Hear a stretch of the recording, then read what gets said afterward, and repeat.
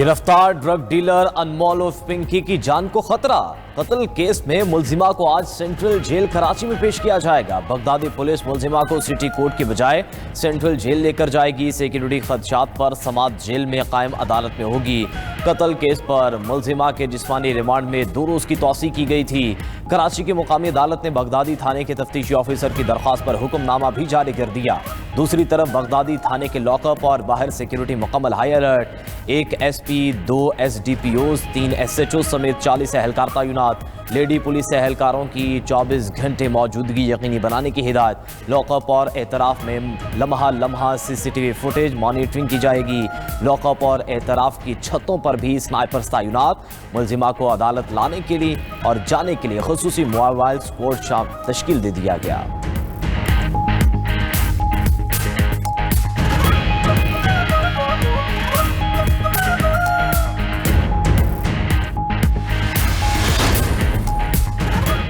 मुलजिमा अनमोल उर्फ पिंकी के केसों में मजीद अहम इंकशाफात सामने आ गए। लाहौर पुलिस के मुताबिक पिंकी का साबिक शौहर नासिर भाइयों समेत मनशियात फरोशी में मुलविस था। नासिर अपने भाइयों मंसूर एडवोकेट और शहरोज के साथ लाहौर आ गया था। नासिर ने अपने 2 भाइयों बहनोई और दोस्त इरफान से मिलकर कोकेन का कारोबार शुरू किया। नासिर ने ही पिंकी को कोकेन बनाने का माहिर बनाया। मियाँ बीवी लाहौर और कराची समेत मुल्क भर में कोकेन सप्लाई करते। बाद में नासिर भाइयों समेत कोकेन का कारोबार कराची दे गया। पिंकी ने साबिक इंस्पेक्टर राना अकरम के कहने पर 2021 में नासिर से तलाक ली।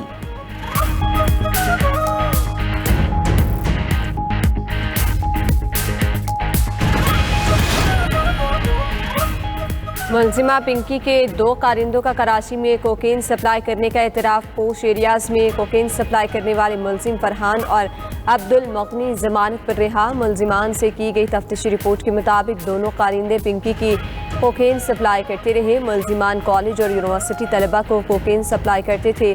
कराची के पोश एरियाज में भी नौजवानों को मनशियात सप्लाई करते। कोकेन की सप्लाई के दौरान मुलजिम फरहान और अब्दुल मगनी को गिरफ्तार किया गया। दौरान तफ्तीश इंकशाफ हुआ था कि मुलजिमान बैनुल सूबाई मनशियात फरोश से ताल्लुक़ रखते हैं। मुलजिमान से अफवाम गैर मुल्कियों से मनशियात मंगवा कर पोश एरियाज में सप्लाई करते थे।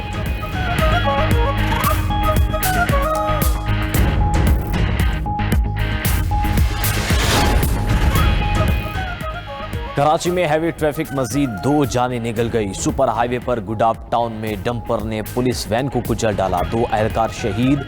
दोनों एहलकार गुडाब थाने में तैनात थे। डंपर हैदराबाद से कराची आ रहा था। पुलिस ने ड्राइवर को हिरासत में ले लिया। ट्रॉलर ने पुलिस पैकेट पर खड़ी पुलिस मोबाइल को हिट किया।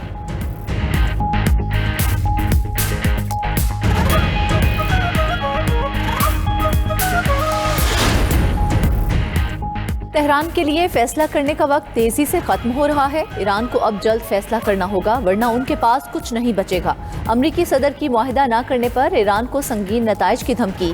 कहा कि ईरान को आगे बढ़ना होगा वरना सख्त एक्शन के लिए तैयार रहें। तवक्को है ईरान अब अपडेटेड मुसवदा भेजेगा। अमरीका मुआहिदा चाहता है मगर ईरान तवक्कुआत के मुताबिक पेशरफ्त नहीं कर रहा। दूसरी तरफ ईरान के खिलाफ फौजी ऑप्शंस पर गौर के लिए अमरीकी कौमी सलामती टीम का इजलास कल होने का इम्कान। अमरीकी मीडिया के मुताबिक इजलास में ईरान के खिलाफ कार्रवाई के मुख्तलिफ ऑप्शंस पर गुफ्तगू की जाएगी।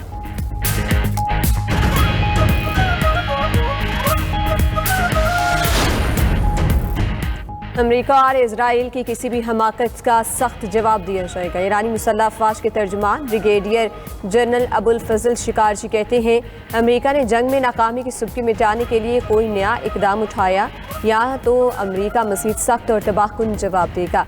अमरीकी सदर की धमकियाँ ईरान के खिलाफ बिला इश्ताल जारहियत की मुतरादिफ हैं। इस बार खित्ते में अमरीकी मफादात और फौज को गैर मुतवक्की और शदीद रद्द-ए-अमल का सामना करना पड़ेगा। ईरानी सुप्रीम लीडर के मुशीर मोहसिन रज़ाई ने कहा अमरीका और इजराइल के अलावा दुनिया का कोई मुल्क दावा नहीं करता कि ईरान एटम बम बना रहा है। अमरीका खित्ते के ममालिक को ईरान से डराने के एजेंडे पर गामजिन है। आबनाए हुर्मुज़ तिजारत के लिए खुली है।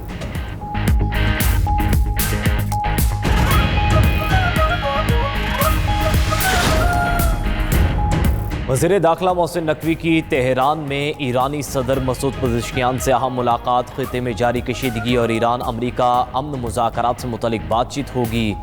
बाहमी इक़्तिसादी और तिजारती रवाबित बढ़ाने पर भी इत्तफ़ाक़। मुलाकात में ईरानी वज़ीर दाखिला और वज़ीर ख़ारजा समेत दीगर हुकाम भी मौजूद थे। ईरानी क़यादत की ख़िते में इस्तेहकाम के लिए पाकिस्तान के किरदार और कोशिशों की तारीफ।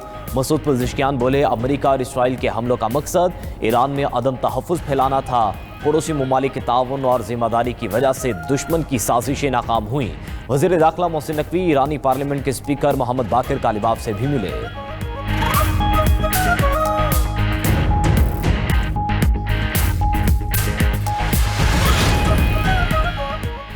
मशरक़ी खित्ते में पायदार अमन के लिए पाकिस्तान की सिफारती कोशिशें जारी। वज़ीर आज़म शहबाज शरीफ से कतरी हम मनसब शेख मोहम्मद बिन अब्दुर्रहमान बिन जासिम आल सानी का राबता।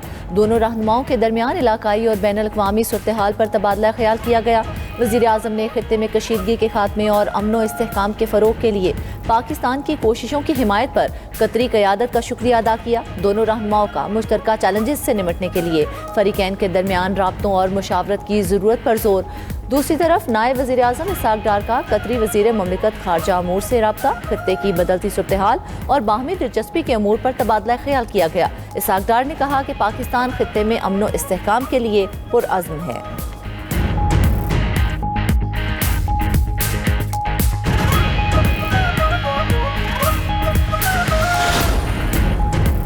ईरानी वज़ीर ख़ारजा का फ्रांसीसी हम मनसब से रब्ता। दोनों रहनुमाओं के दरमियान मशरिक़ वस्ता की सूरत-ए-हाल पर गुफ्तगू, बाहमी ताल्लुकात और इलाकाई सूरत-ए-हाल पर भी तबादला ख्याल किया गया। ईरानी वज़ीर ख़ारजा अब्बास अराग़ची का तुर्क हम मनसब से भी टेलीफोनिक रब्ता। दोनों रहनुमाओं के दरमियान होने वाली गुफ्तगू में मशरिक़ वस्ता की मजमूई सिक्योरिटी और ईरान और अमरीका मुज़ाकरात पर तफसीली तबादला ख्याल किया गया।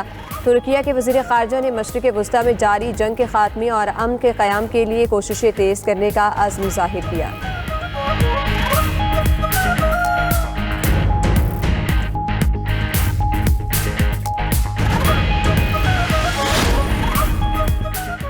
सऊदी अरब ने इराकी हुदूद से दाखिल होने वाले 3 ड्रोन्स को मार गिराया। तर्जमान सऊदी वज़ारत दिफा के मुताबिक ड्रोन्स को कामयाबी से इंटरसेप्ट किया गया। किसी भी हमले का मुनासिब वक्त और जगह पर जवाब देने का हक महफूज रखते हैं। उधर मुत्तहिदा अरब अमारात में एक बार फिर ड्रोन हमले। यूएई वज़ारत दिफा का कहना है कि 3 ड्रोन मगरबी सरहद से मुल्क में दाखिल हुए। फ़ज़ाई दिफा ने 3 में से 2 ड्रोन्स को कामयाबी से तबाह कर दिया। तीसरा ड्रोन बरका न्यूक्लियर पावर प्लांट के अंदरूनी हिस्से के जनरेटर से टकराया, जिससे आग भड़क उठी।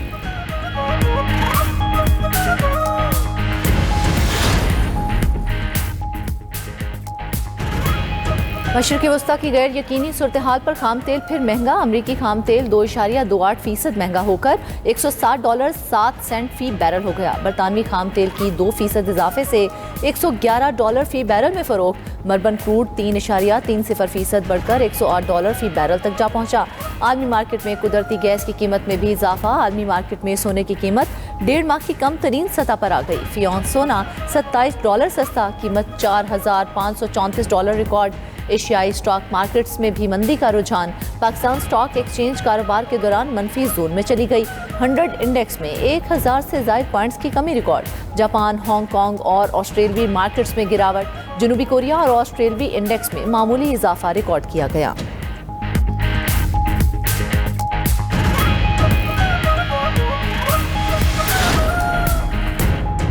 इस्लामाबाद हाई कोर्ट में 190 मिलियन पाउंड केस में पेशरफ्त। वकील सलमान सफ्तर ने 2 अपीलों पर दलाइल की आखिरी मोहलत देने के अदालती हुक्म पर एतराज़ उठा दिया। बानी पीटीआई से मुलाकात न कराने और वकालतनामों पर दस्तखत न करा के देने के खिलाफ दरख्वास्त दायर। वकील सलमान सफ्तर ने मौक़िफ़ इख्तियार किया कि इस केस में 30 अप्रैल 2026 तक कभी इल्तिवा की दरख्वास्त नहीं दी। 7 मई को पहली बार इल्तिवा की दरख्वास्त एक ठोस वजह पर दी। आखिरी मोहलत देने का हुक्म सख्त, बिला जवाज़ और गैर मुनसिफाना है। बानी पीटीआई और बुशरा बीबी से जेल में मुलाकात कराने की इस्तदा। अपीलों के लिए जेल हुकाम को वकालतनामे दस्तखत कराने का हुक्म दे दिया।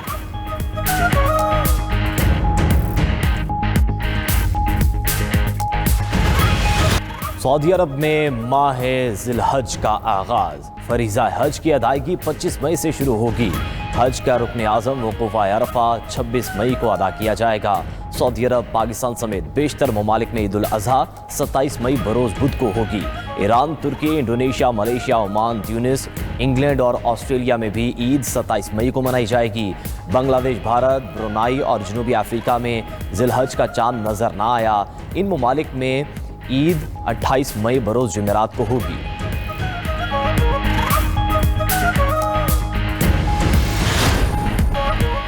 सूरज आग बरसाने लगा, गर्मी की शिद्दत में इजाफा, मुल्क के जनूबी और वस्ती इलाके शदीद गर्म रहने की पेशगोई। पंजाब, सिंध और बलोचिस्तान गर्म मौसम की लपेट में है। लाहौर, कराची और कोयटा समेत बेशतर शहरों में मौसम गर्म। लाहौर में आज पारा 43 डिग्री तक जाने का इम्कान। सिंध के बेशतर अजला में मौसम गर्म और खुश्क रहने की तवक्को। कराची में आज दर्जा हरारत 35 डिग्री तक जाने का इम्कान। शहर कायद में गर्म मरदूब हवा से गर्मी की शिद्दत ज़्यादा महसूस होगी।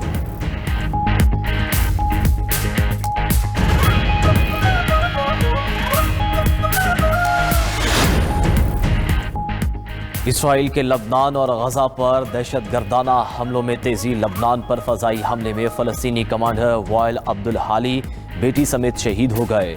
सिहोनी फौज ने बलक में रहायशी अपार्टमेंट को मिसाइल से निशाना बनाया। 2 कस्बों में बमबारी से 5 लबनानी शहीद। इसराइल ने गजा में फ़लस्तीनियों की नस्लकुशी का अमल भी तेज कर दिया। सिहोनी फौज के हमलों से मजीद 8 फ़लस्तीनी जामे शहादत नोश कर गए। दिरुल बला में कम्युनिटी किचन और बेकरी और खान यूनिस में पनागज़ीनों के कैंपों खैमा बस्ती पर बमबारी की गई। गजा में शहीद फ़लस्तीनियों की मजमूई तादाद 72,763 तक जा पहुंची। उधर इसराइल ने मगरबी किनारे में फ़लस्तीनियों के लिए सजाए मौत का मुतनाज़ कानून नाफिज कर दिया। बगावत का इल्ज़ाम लगाकर किसी भी फ़लस्तीनी को सजाए मौत दी जा सकेगी।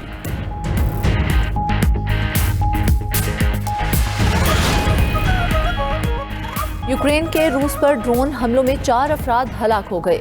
मॉस्को रीजन में 3 और बेलगोरोड में 1 शहरी मारा गया। यूक्रेन ने रूसी ऑयल तंसीबात और हथियार बनाने वाले प्लांट को निशाना बनाया। रूसी हुकाम ने 24 घंटे में 1000 यूक्रेनी ड्रोन्स को तबाह करने का दावा कर दिया।